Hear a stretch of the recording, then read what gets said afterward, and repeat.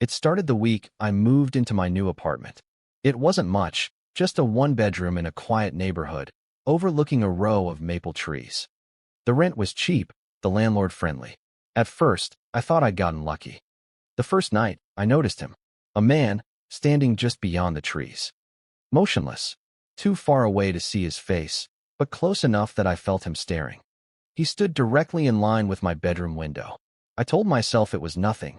Maybe a neighbor walking his dog, maybe someone waiting for a ride. But when I checked again an hour later, he was still there. No dog.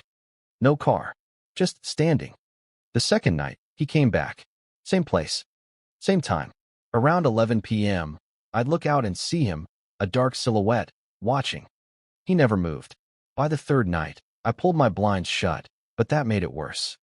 Because even though I couldn't see him, I felt him out there. My skin prickled, and my chest tightened like a warning bell inside me. I told my landlord, but he brushed it off. Probably some homeless guy cutting through, he said. They'll move on.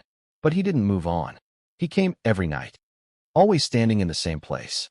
Sometimes closer. By the fifth night, I could see him more clearly under the streetlight. Tall. Thin.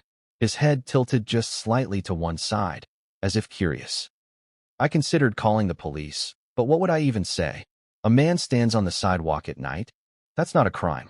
By the end of the week, I stopped opening the blinds. I tried to ignore him. But that's when the tapping started. At 12:13 a.m., sharp, every night, 3 taps against the glass of my bedroom window. The first time, I froze in bed, heart hammering. My apartment was on the second floor.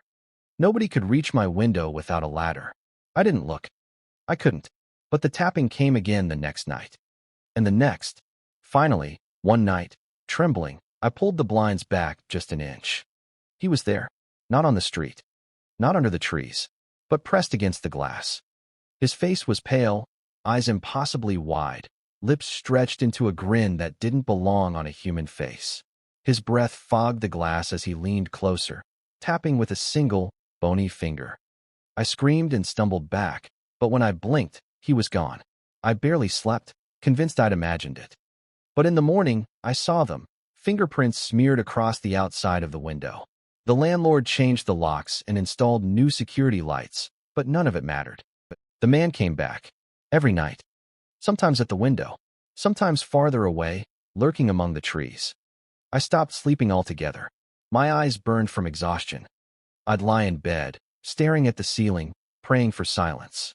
But at 12:13 a.m., like clockwork, the tapping returned. Last night, it changed. There was no tapping. Just silence. For the first time in weeks, I felt relief. I even drifted off to sleep. But when I woke up this morning, there was mud on my floor. Footprints. Leading from the window to the side of my bed. And now, as I write this, I realize something even worse. The footprints don't lead back.